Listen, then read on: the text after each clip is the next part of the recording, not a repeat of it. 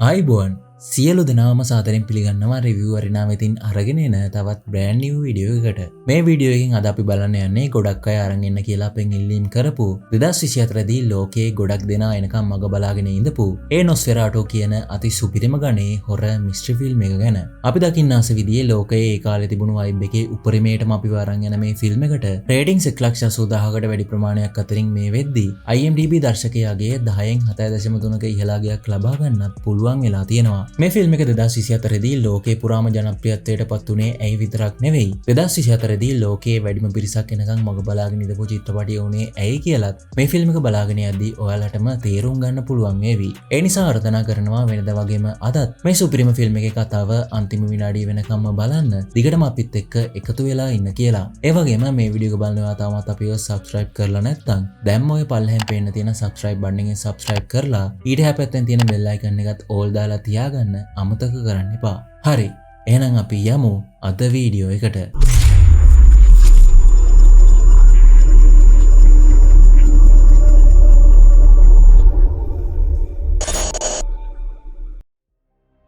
චිත්‍රපටය ආරම්භ වෙන්නේ 19 වෙනි සියවසේ ජර්මනියේ විස්බෝග් නගරයේ අద్භූත රාත්‍රියකින්. එලන් කියන මේ කෙල්ල සහනයක් බලාපොරොත්තුවෙන් මොකක් හරි අద్භූත ආත්මයක් කැඳවන්න උත්සාහ කරලා අන්තිමට අద్භූත කටහඬක් මෙයාට කතා කරන්න පටන් ගන්නවා. මේ නිසා එලන් මෝහණය වෙලා වගේ එළියට ඇවිදගෙන යනවා. ඉතින් එලන්ගේ මේ කන්නලව්ව නිසා අවුරුදු 10 ගාණක් නිද්‍රාගතව අන්ධකාරයේ ඉඳපු අద్භූත බලවේගයක් අවදි වෙලා තියෙනවා. මෝහණය වෙලා වගේ එළියට යන එලන් තනකොළ බිස්සෙන් හාන්සි වුණාට පස්සේ විස්තර කරගන්න බැරි කාමුක සැපක් යාට දැනෙන්න පටන් ගන්නවා. ඊළඟ මොහොතේ එකපාරටම මතුවෙන වැහැරුණු අතකින් එලන්ගේ බෙල්ල මෙරිකන්න පටන් ගන්න නිසා එලන් කෑ ගහන්න පටන් ගන්නවා. මේ නිසා යාට මොකක් හරි අద్භූත බලවේගයක් ආවේශ වුණා වගේ එක දිගට ගහින්න පටන් අරගෙන එකපාරටම නිශ්චල වෙනවා. ඉතින් කාලය ගෙවිලා ගිහිල්ලා 1838 වෙද්දී එලන් විවාහක කාන්තාවක්. එලන්ගේ හස්බන්ඩ් තෝමස් අලුතෙන් ජොබ් එකකට ගියපු රියල් එස්ටේට් ඒජන්ට් කෙනෙක්. එලන් එක්ක හුරතල් වෙවි ඉඳලා වැඩට යන්න පරක් වුණු තෝමස්ට එයාගේ ලොක්කා හර්නොක් විසින් අලුත් වැඩක් බාර දෙනවා. ඉතින් මේ වැඩේ තමයි තෝමස් ට්‍රාන්සිල්වේනියා වලට ගිහිල්ලා කවුන්ට් ඕලොක් කියන පුද්ගලයාත් එක්ක මන්දිරයක් විකුණන්න ඩීල් එකක් කතා කරගන්න එක. ඉතින් මේ ඕලොක් කියන්නේ එයාගේ ජීවිතයේ අන්තිම කාලය ගත කරන්න විස්බෝග් වල පරණ මන්දිරයක් සල්ලි වලට අරගන්න වගේ අමුතු පිස්සුවක් තියෙන මහලු වංශකාරයෙක්. මිනිහගේ වයසත් එක්ක එයාට මෙහෙට ඉන්න බැරි නිසා මේ වැඩේට තෝමස්ට එහෙට යන්න සිද්ධ වෙනවා. හර්නොක් කියනවා තෝමස් මේ ඩීල් එක හරියට කරගත්තොත් තෝමස්ව ඒ කම්පැනි එකේ පර්මනන්ට් කරනවා කියලා. මේ බිස්නස් ට්‍රිප් එකට අඩුම දවස් 6ක්වත් ගත වුණත් ඒකෙන් ලැබෙන වාසිය ගැන හිතලා තෝමස් වැඩේට කැමති වෙනවා. ඒ කොහොම වුණත් තෝමස්ට අලුතෙන් බැඳපු එයාගේ ලස්සන වයිෆ් ගෙදර තනියම දාලා යන්නත් බෑ. මේ නිසා තෝමස් එලන්ව තෝමස්ගේ යාළුවගේ ගෙදර නතර කරලා යන්නත් කල්පනා කරනවා. ඒත් එලන් නම් තෝමස් එයාව දාලා යනවට පොඩ්ඩක්වත් කැමති උනේ නැහැ. ඒ බිස්නස් ට්‍රිප් එකෙන් එයාලට ලැබෙන වාසිය ගැන කිව්වත් එලන්ට ඒ එක මගුලකින්වත් වැඩක් නැහැ. එලන් ළඟදී මහා නරක හීනයක් දැකලා තිබුණා. ඒකෙදි එලන් දැකලා තිබුණේ කළුවෙන්දගත්තු බය හිතෙන අద్భుත ෆිගර් එකක් එයාව කසාද බඳින විදිය. ඒක මොනතරම් බය හිතෙන දර්ශනයක් වුණත් එලන්නේ හීනේ ඇතුළේදී ඉඳලා තිබුණේ පුදුමාකාර සතුටකින්. මේ නිසා එලන්ට බයයි එයාට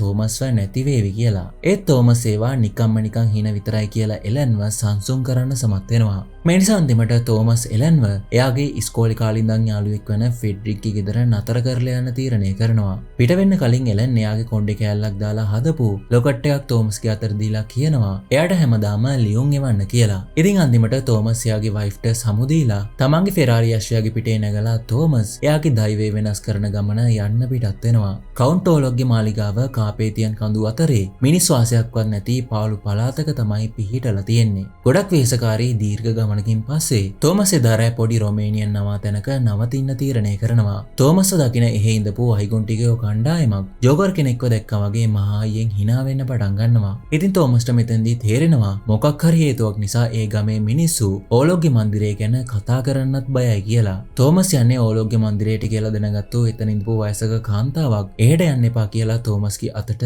කුරුසිකුත් දෙනවා. එදා රෑ එළියෙන් එන සද්දයක් නිසා තෝමස් නිින්දෙන් අවදි වෙනවා. එයා දකිනවා අහිගුන්ටිකයෝ කණ්ඩායමක් නිරුවත් කන්‍යාවියක් අශ්වයෙකි පිටේ තියාගෙන කැලේ ඇතුළට යනවා කියලා. එයාලා මේ විදිහට ගිහිල්ලා නතර වුණේ පැරණි වැම්පයර් කෙනෙක්ගේ සොහොනක් ළඟින්. ඒ කණ්ඩායමේ නායකයා මිනි පෙට්ටිය ඇරලා කඩුවක් අරගෙන ඒක ඇතුළේ ඉඳපු වැම්පයර්ගේ හાર્ට් එක පසාරු කරගෙන යන්න අනිනවා. ඒක දැකලා කෑ ගහන තෝමස් එකපාරටම නිින්දෙන් අවදි වෙනවා.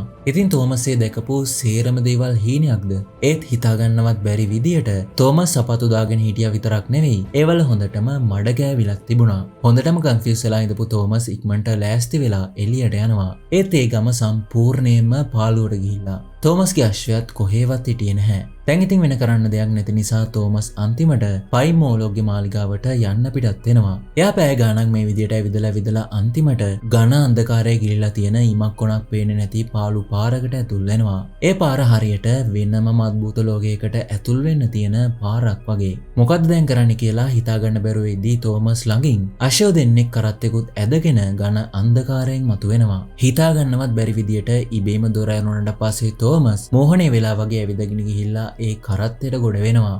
යෝධ කඳු අතරින් ඕලොග්ගේ මන්දිරේ පැත්තට යන අතරේ තෝමස්ට ඇහුනේ එයාගේ කරත්ත පිටිපස්සෙන් එන යෝධ බල්ලෝ තුන්දෙනාගේ උඩුබුරන සද්ද විතරයි.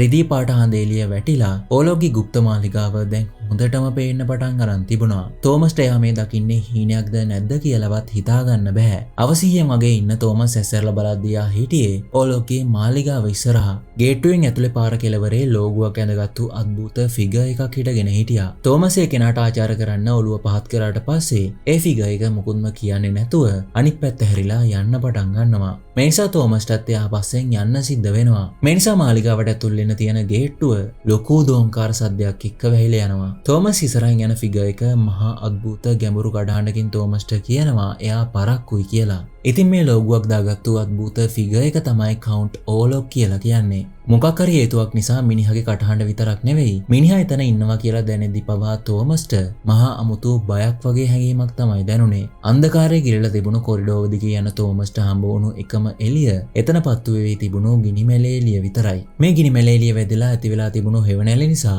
එතන තියෙන අර গুপ্ত ගතිය දෙගුණ තෙගුණ වෙලා තිබුණා. ඕලොග්ගේ කීම නිසා බෑග්ස් මේසෙ උඩින් තියෙන තෝමස් ඩීල් එකේ කොන්ට්‍රැක්ට් එක එළියට ගන්නවා. ඕලොග් යාගේ පුටුවේ වාඩි වෙලා ඒකේ තියෙන දේවල් කියවන්න පටන් ගන්නවා. කලින් දවසේ සිදුවීමෙන් තවමත් කන්ෆියුස් වෙලා ඉඳපු තෝමස් ඕලොග්ගෙන් අහනවා එහෙ ඉන්න අයිගොන්ටිගොන්ට අමුතු ಜಾති සම්ප්‍රදායන් තියෙනවද කියලා. ඕලොග් කියනවා එහෙ මිනිස්සු තවම සෑහෙන මිත්‍යා ඇදහිලි විශ්වාස කරනවා කියලා. තෝමස්ට තව දේවල් දැනගන්න ඕන වුණත් ඕලොග් තවත් ඒ ගැන ප්‍රශ්න අහන්න එපා කියලා කෑ ගහලා කියනවා. ඒ නැතත් ඕලොග් තෝමස්ට කියලා තිබුණේ එයාට මයිලෝඩ් එහෙම නැත්නම් උතුමාණනි කියලා කතා කරන්න කියලා. ඕලොග් කියනවා එයාට හැමදාම ජනප්‍රවාදවල එන බය හිතෙන රාක්ෂයෝ විශ්වාස කරන්නේ නැති විස්බෝග් වගේ සමාජික ජීවත් වෙන්න ලොකු ආසාවක් තිබුණා කියලා. මේ සම්පූර්ණ කාල සීමාව පුරාවටම තෝමස් හිතේ ලොකු බයකින් තමයි හිටියේ. මේ මේසේ එක කොනක හිටන් ඉන්න ඕලොග් තෝමස් ඇයිබිල්ලමක් ගහලා බලද්දි හිටියේ එයාගේ පිටිපස්සේ. මේ චකිතයත් එක්ක වේවුලන අතකින් කෑම කන්න ගිහිල්ලා අන්තිමට තෝමස්ගේ අත පිහියටත් කැපෙනවා. මේ නිසා අලුත් ලේවල සුවඳ මුළු කාමරේ පුරාම පැතිරෙනවා. මේ නිසා ඕලොග් තෝමස්ගේ තුවාලෙට මොනවා හරි දෙන්නම් කියලා කියනවා. ඊළඟ තත්පරේ බලද්දී තෝමස් හිතාගන්නවත් බැරි විදියට හිටියේ ගිනිමැලේ ළඟ.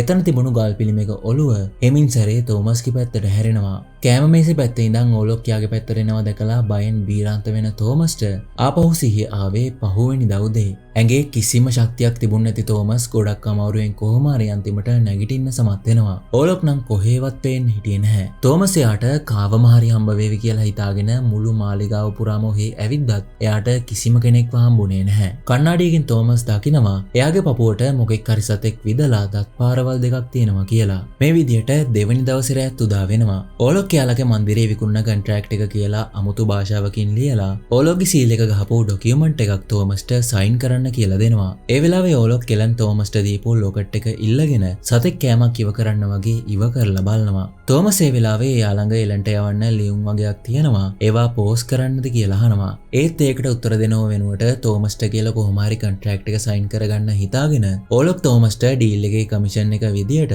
රත්තරන් කාසි මල්ලක් දෙනවා. ඕලොග්ගේ පිහිතල වගේ උල්නිය පොතු දැකලා තවත් බය වැඩි වෙන තෝමස් ඒක යාළගේ කොන්ට්‍රැක්ට් එක කියලා හිතාගෙන අත්සන් කරනවා. දැන් කොන්ට්‍රැක්ට් එක සයින් කරපු නිසා තෝමස් එයාට ඉක්මනට ගෙදර යන්න ඕන කියලා කිව්වත් තෝමස්ට තේරෙනවා ඕලොග්ට එයාව ගෙදර යවන්න අදහසක් නැහැ කියලා. ඊටත් වඩා මිනිහා තෝමස්ගේ ලොකට් එකත් අරගෙන තමයි එතනින් ගියේ. පහුවෙනිදා උදේ ගැස්සිලා නිින්දෙන් අවදි වෙන තෝමස් දකිනවා එයාගේ පපුවේ තවත් දත් පාරක් තියෙනවා කියලා. කොහොම හරි දවල් වෙලාවක එහෙම් පැනගන්න හිතන තෝමස් දකිනවා එළියට යන්න තියෙන ගේට්ටුව ලොක් කරලා දාලා කියලා. මොන ලෝකෙන් හරි එළියට යන්න පාරක් හොයාගෙන යන තෝමස්ට ඕලොක් විවේක ගන්න එයාගේ මිනි පෙට්ටිය හම්බ වෙනවා. ඒක ඇතුලේ කවුන්ට් ඕලොක් ගැඹුරු නිින්දකට වැටිලා හිටියා. එයාගේ ඇඟ පුරාම පණුව ඉන්දියා විතරක් නෙවෙයි මිනි පෙට්ටිය ඇතුලේ මීයොත් පිරීලා හිටියා. ඉතින් මේ නිසා තෝමස්ට අන්තිමට තේරෙනවා ඕලොක් කියන්නේ අවුරුදු 10 ගාණක් පැරණි වැම්පයර් කෙනෙක් කියලා. කොහොම හරි හිතහය කරගෙන එතන තිබුණු පොරව අතර ගන්න තෝමස් ඕලොක්ට එකෙන් පහර දෙන්න උත්සාහ කරනවා. ඒත් එක පාරටම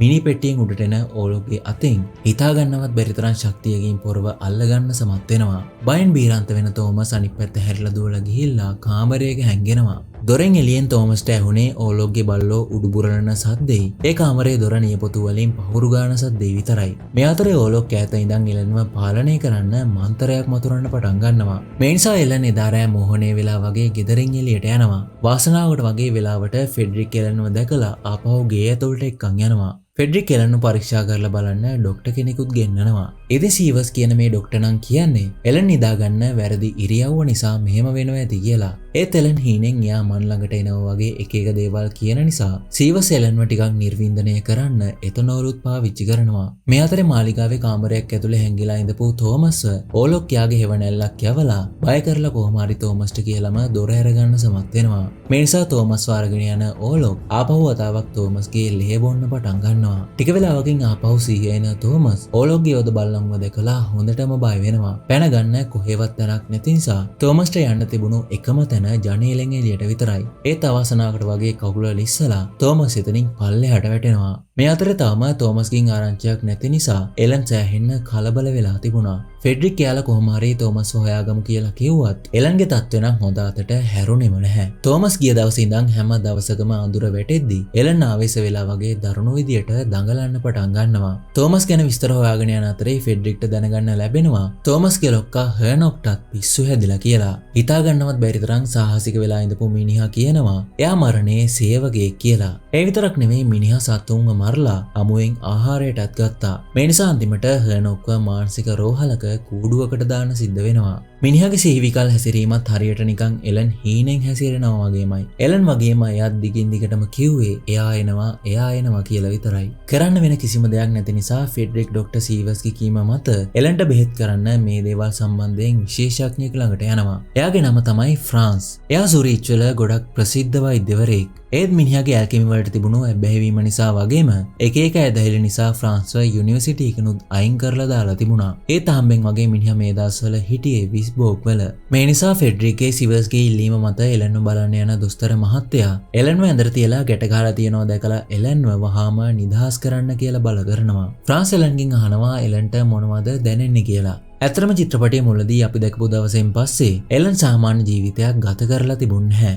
එලන්ට පොඩි කාලේ යාට නත්තරට හම්බ වෙන තෑගි මොනවද කියලා කලින් තියා කියන්න පුළුවන්. ඊටත් වඩා ඇඟිරි වැටෙන දේ තමයි එලන් හරියටම එයාගේ අම්මා මැරෙන දවසත් අනුමාන කරලා තිබුණා. කාලයත් එක්ක එලන්ගේ මේ නිින්දෙන් ඇවිදින ලෙඩේ වැඩි වෙලා එයා කතා කරන්නවත් අකමැති විදිහේ ශාරීරික සැප ලබන්න තිබුණු ආශාවත් වැඩි වෙලා තිබුණා.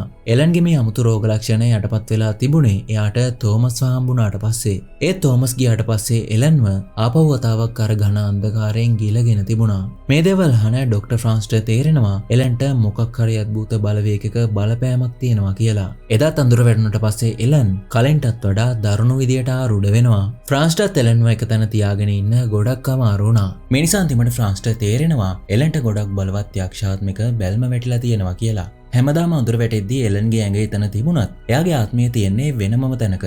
ඒත් හැමදේම විද්‍යාවෙන් දකින්න හදන අනිත් අය විශේෂයෙන්ම ෆෙඩරික් මේක කොහෙත්ම පිළිගත්තේ නැහැ. ඒත් ෆ්‍රාන්සියත් එක්ක වාද කරන්න ගියේ නැහැ. එයාට එලන්ගේ මේ තත්ත්වය ගැන තවත් අධ්‍යයනය කරන්න ඕන කියලා ෆ්‍රාන්සියෙන් පිට වෙලා යනවා. යන කලින් ෆ්‍රාන්ස් සීවස්ට කියනවා එලන්ට ආපහු එතනෝල් පාවිච්චි කරන්නවත් එයාව බඳින්නවත් එපා කියලා. මේ අතරේ ඕලොක්ගේ මාලිගාවෙන් ගඟට වැටිලා ගහගෙන ගියපු තෝමස්ව ඒ ගමේ පූජකවරියක් දැකලා තෝමස්ව එයාලගේ පල්ලියට අරගෙන යනවා. එයා අනිත් පූජකවරුන්ගේ උදව්වෙන් මොකක් හරි ශාන්ති කර්මයක් කරලා තෝමස්ව අවදි කරන්න සමත් වෙනවා. එයාලා තෝමස්ට එයාලගේ පල්ලියේ ඉඳගෙන ඕලොක්ගෙන් බේරෙන්න කියලා කියනවා. ඒ මොකද ඒ යක්ෂයාට මේ ශුද්ධ වූ භූමියට ඇතුල් වෙන්න බෑ. ඒත් තෝමස් දැන් දන්නවා ඕලොක් එන්නේ එලන්ගේ පස්සෙන් කියලා. ඒ මොකද ඕලොක් තෝමස්ව හෙට ගෙන්නගෙන තිබුණේ තෝමස්ට වැඩේ දීලා එලන් ළඟට යන්න. මේ අතරේ ඕලොක් විස්බෝග් වලට යන බෝට්ටුවකට ඇතුල් වෙලා තිබුණා. මේ නිසා යාට සම්පූර්ණයෙන්ම සනීප වෙනකන් ඒ පල්ලියේ ඉන්න තෝමස්ට කොහෙත්ම හැකියාවක් නැහැ. මේ නිසා හැමෝම එපා කියද්දී තෝමස් ෆෙරාරි අශ්වයේ පිටේ නැගලා වේගෙන් ගෙදර යන්න පිටත් වෙනවා. මේ අතරේ ඕලොක්ගේ ශාපය නිසා ඒ බෝට්ටුව පුරාම ලැබුගින්නක් වගේ දරුණු වසංගතයක් පැතිරෙන්න පටන් අරන් තිබුණා. මේ නිසා ක්‍රූ එකේ කට්ටිය එක්කිනා ගානේ දරුණු විදියට ලේවමනි දාන්න පටන් අරගෙන අන්තිමට මරණයටපත් වුණා. ඕලොක්ව මරලා මේ ශාපය ඉවර කරන්න හිතාගෙන ගියපු ක්‍රූ එකේ කැප්ටන් දැනගෙන හිටියේ නැහැ. අඳුර වැටුණට පස්සේ යක්ෂයා යාගේ මිනි පෙට්ටියෙන් එළියට එනවා කියලා. මේ අතරේ මානසික රෝහලේ හිර කරලා ඉඳපු තෝමස්ගේ ලොක්කට ඕලොක් විස්බෝග් ළඟටම ඇවිල්ලා කියලා දැනිලා ආරක්ෂකයවත් මරලා එහෙම පැනගන්න සමත් වෙනවා. ඒ වෙලාවේ මගේ එලන්ටත් ඒක දැනිලා කලබලෙන් වගේ එළියට දුවලා යනවා. ඒත් එයාට හම්බ වුණේ අවසියෙන් වගේ ඇවිල්ලා බිම ඇදගෙන වැටුණු තෝමස්ව. ඔන්න ඒ වෙලාවෙන් වගේ ෆෙඩ්රික් එක්කගෙන යන්න සෝල්ජර්ස්ලා කීප දෙනෙක් එනවා. දරුණු වසංගතයකුත් අරගෙන විස්බෝග් වලට ආපු ඕලොක්ගේ බෝට්ටුව තොටුපළත් කඩාගෙන ගොඩබිමට ඇතුල් වෙලා තිබුණා. ඒ බෝට්ටුවේ ඉඳපු මීයෝ දහස් ගාණක් වසංගතයේ ලැබුගින්නක් වගේ මුළු විස්බෝග් නගරේ පුරාම පතුරවන්න පටන් ගන්නවා. මානසික රෝහලෙන් පැනලා ගියපු තෝමස්ගේ ලොක්කා ඕලොක්ගේ මිනි පෙට්ටිය අරගෙන පාරුවක නැගලා කිසි කෙනෙක් නැති මහ රැයක අලුතෙන් අරගත්තු පරණ මන්දිරයට අරන් යනවා. ඕලොක් දැනට තෝමස්ව මරන්න උත්සාහ කරේ නැහැ. මොකද මිනිහව පස්සේ යාගේ වැඩවලට ඕන වෙන්න පුළුවන්. උදේ පාන්දරම ටවුන් එකේ බෙල් එක නාද වෙලා හිරු කිරණ විස්බෝග් නගරයට ඇතුල් වෙද්දී මම්මාවත් වල පිරලා ඉඳපු මීයෝ සීසී කඩ දුවන්න පටන් ගන්නවා. බෝට්ටුවේ ක්‍රූ එකේ අයගේ බොඩිස් පරීක්ෂා කරලා බලන ඩොක්ටර් ෆ්‍රාන්ස් දැක්කේ ඇඟ හිරිවැටෙන දර්ශනයක්. සාමාන්‍ය විදියට ලේ අඩුවීමක් නෙවෙයි. ඒ මල සිරුරු හැම එකකම අන්තිම බිඳුව වෙනකන් ලේ සම්පූර්ණයෙන්ම හිඳිලා තිබුණා. ඒ වගේම හිතා ගන්න බැරි අනිත් දේ තමයි ඒ හැම බොඩි එකකම හાર્ට් එකට උඩින් උල් දත් පාරවල් දෙකක් තිබුණා. ඉතින් මේ තරම් ලොකු තුවාලයක් කරන තරම් ලොකු දත් තියෙන මීයෝ ඉන්නවද කියලා එයාලට හිතා ගන්නවත් බෑ. මේ නිසා ෆ්‍රාන්ස්ට තේරෙනවා පුරාණ වැම්පයර් ශාපය විස්බෝග් වලට ඇතුල් වෙලා කියලා. එදා රෑ ඕලොක් ජනේලෙ ළඟට ඇවිල්ලා එයාගේ අතේ යෝධ හෙවණැල්ල ටවුන් එකේ ගෙවල් 100 ගාණක් උඩින් නිදාගෙන ඉඳපු තෝමස් සහ එලන් දෙන්න පැත්තට යවනවා. මේ නිසා තෝමස්ට කවුරු හරි බෙල්ල මිරිකනවා වගේ එක පාරටම හුස්ම ගන්න බැරි වෙනවා. හොඳටම කලබල වෙන තෝමස් කෑ ගහගෙන එලන්ව පැත්තකට තල්ලු කරනවා.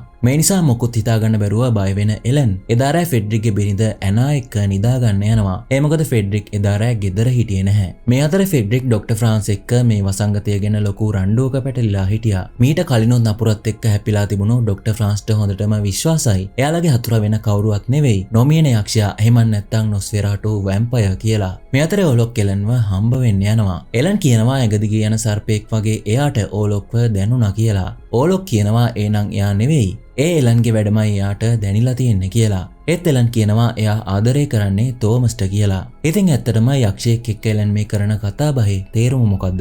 ඒක දැනගන්න නම් අපිට චිත්‍රපටියේ මුලටම යන්න සිද්ධ වෙනවා. එලන් කියන්නේ යාගේ මුළු ජීවිත කාලෙම කියාගන්න බැරි තරම් තනිකමකින් ජීවත් වුණු කෙනෙක්. එලන්ගේ අසාමාන්‍ය හැකියාවන් එක්ක එලන්ගේ තාත්තා පවා එලන්ව සෑහෙන්න පිළිකුල් කරලා දාලා ගිහිලා තිබුණා. මේ නිසා තනිකම දරා ගන්න බැරුව එලන් අන්තිමට එයාගේ තනිකම නැති කරගන්න මොකක්ම හරි විදියක බලවේගයක් හරි හොයාගන්න කන්නලව්වක් කරලා තියෙනවා. මේ කන්නලව්වේ ප්‍රතිඵලයක් විදියට තමයි අවුරුදු දහස් ගණන් නිද්‍රාගත වෙඳපු නොස්ෆෙරාටු යක්ෂයා අවදි වෙලා තියෙන්නේ. තමන්ව අවදි කරපු එලන්ට වහ වැටුණු ඕලොක් ලොකු තනිකමකින් ඉඳපු එලන්ව කායිකව සෑහෙන්න සතුටු කරලා තිබුණා. මේ දේවල් වලට ආස කරපු නිසා තමයි එලන් යක්ෂයෙක් එක්ක විවාහ වෙන සිදුවීමක් හීනෙන් දැක්කත් එලන්නේ හීනය ඇතුලේ ගොඩක් සතුටින් ඉඳලා තියෙන්නේ. ඒත් මේ හැමදේම යටපත් වෙලා තිබුණේ එලන්ට තෝමස්ව හම්බුණාට පස්සේ. ඒත් ඕලොක්ට එලන් වයිති කරගන්න තිබුණු ආසාව නම් නැති වුණේ නැහැ. මේ නිසා ඕලොක් තෝමස්ගේ ලොක්කලවා තෝමස්ව එයා ළඟට ගෙන්න ගත්තා. ඕලොක් තෝමස්ට රත්තරන් කාසි මල්ලක් කමිෂන් එක විදියට දීලා සයින් කරගත්තු වෙන භාෂාවකින් ලියලා තිබුණු ඩොකියුමන්ට් එක ඇත්තටම එයාලගේ ප්‍රොපර්ටි ඩීල් එකේ ගිවිසුම නෙවෙයි. ඉතින් තෝමස් දැනගෙන හිටියේ නැහැ රත්තරන් කාසි මල්ලකට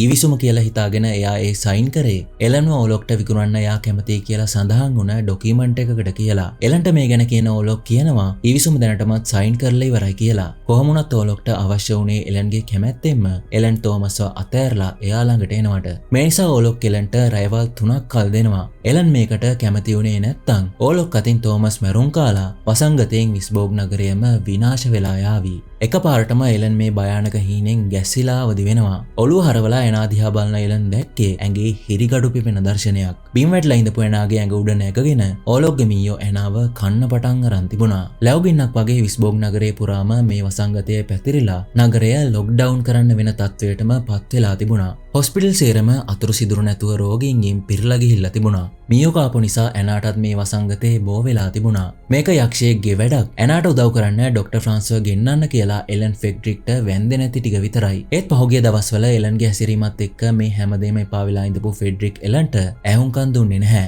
ෆෙඩ්රික් හැමදේම විද්‍යාවෙන් දකින්නයි උත්සාහ කරේ. මිනිහට අනුව මේ දරුණු වසංගතය ස්වභාවික රෝගයක් මිසක් යක්ෂයෙක්ගේ වැඩක් නෙවෙයි. මේ නිසා හැමදේම ඇති වෙලා ඉඳපු ෆෙඩ්රික් එලන්ටයි තෝමස්ටයි වහාම යාගේ ගෙදරින් යන්න කියලා කියනවා. මේ අතරේ ඩොක්ටර් ෆ්‍රාන්ස්ට දැනගන්න ලැබෙනවා හර්නොක් මානසික රෝහලෙන් පැනලා ගිහිල්ලා කියලා. මේ නිසා ෆ්‍රාන්ස් සහ සීවර්ස් දෙන්න හර්නොක්ගේ ඔෆිස් එක පරීක්ෂා කරන්න යනවා. එතෙන්දී යාලට සමනින් සර්කල් එකකුයි නොස්ෆෙරාටුගේ රහස් අඩංගු වුණු පොතකුයි හම්බ වෙනවා. ඉතින් මේ පොතේ මෙහෙම සටහනක් තිබුණා. එක්තරා සුන්දර කාන්තාවක් යක්ෂයාට තමන්ගේ ආදරය ලබා දීලා උදෑසන කුකුලා හඬලන තුරු දෙදෙනා එකට ගත කරනවා. ඇයගේ මේ කැපකිරීම නිසා අවසානයේදී නගරය නොස්ෆෙරාටු යක්ෂයාගේ ශාපයෙන් නිදහස් වේවි.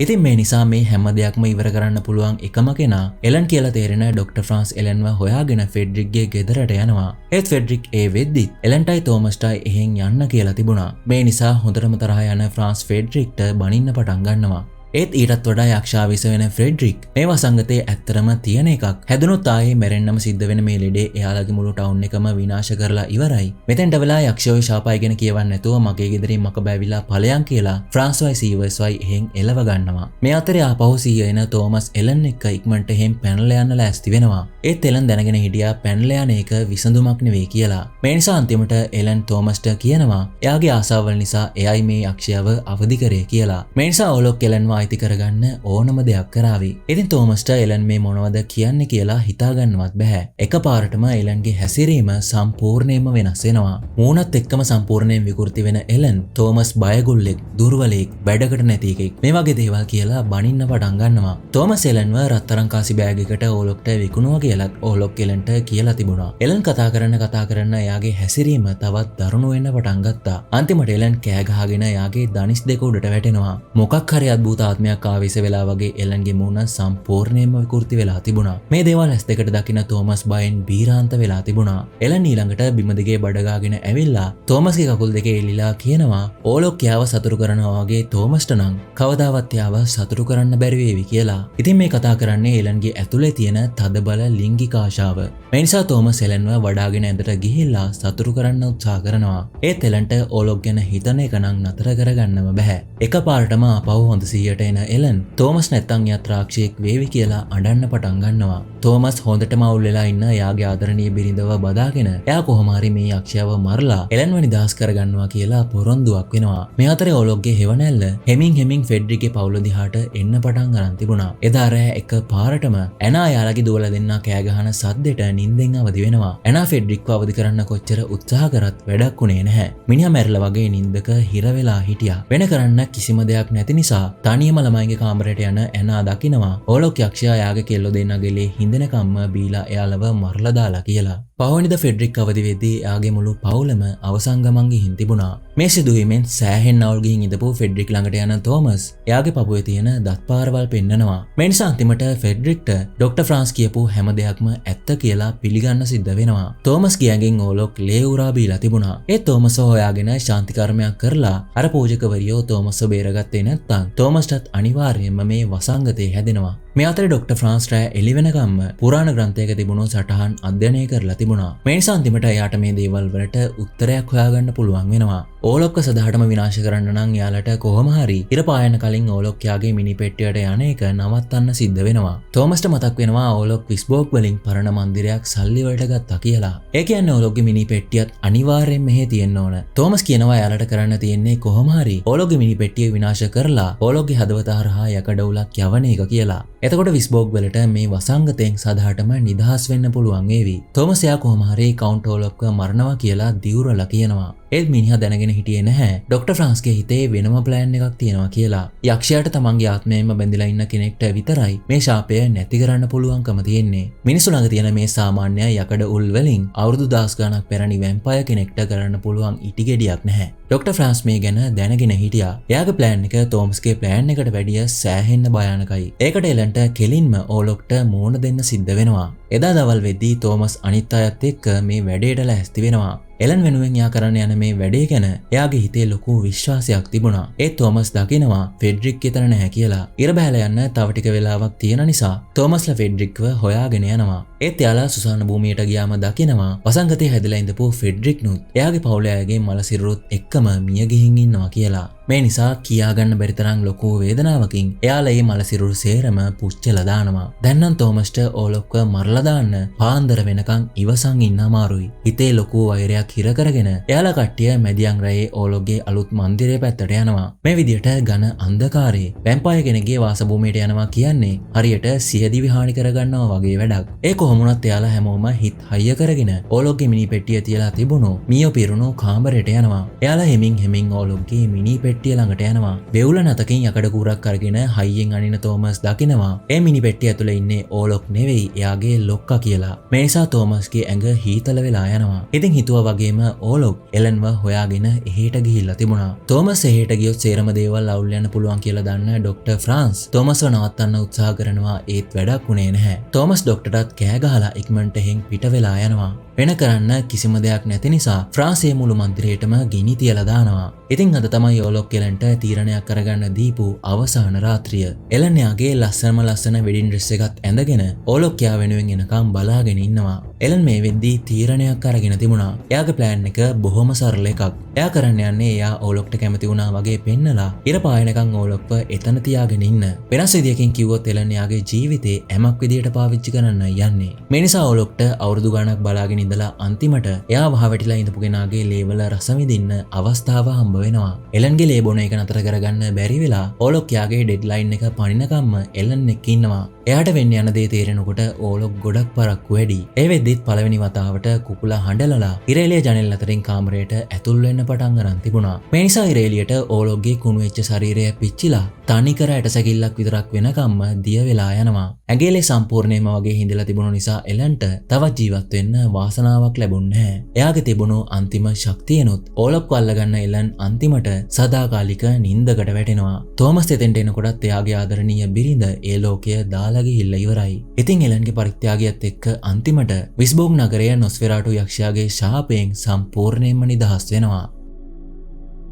ඉතින් මේ වීඩියෝ එක හොඳයි කියලා ඔයාලට හිතෙනවා නම් ලයික් එකක් දාලා මේ වගේ සුපිරිම මූවිස් දිගටම බලන්න අපේ channel එක subscribe කරන්නත් අමතක කරන්න එපා. එහෙනම් මේ වගේම තවත් brand new වීඩියෝ එකකින් නැවත හමු වෙමු.